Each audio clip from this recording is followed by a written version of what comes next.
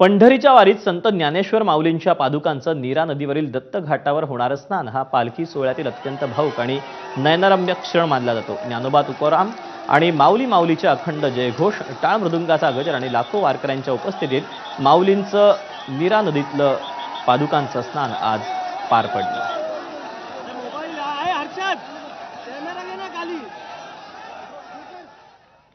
बीडच्या वैजनाथाच्या नगरीत संत शिरोमणी नामदेव महाराजांच्या पालखीचं गोल रिंगण सोहळा हा भक्तिमय वातावरणात पार पडला।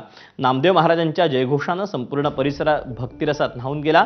या रिंगण सोहळ्यात अश्व, टाळकरी, भजनी मंडळी, वारकरी मोठ्या संख्येनं सहभागी झाले होते। परळीकरांकडूनही मोठ्या उत्साहात पालखीचं स्वागत करण्यात आलं। या रिंगण सोहळ्याची ही ड्रोनची दृश्य आता डोळ्यांचं पारणं फिरत आहे।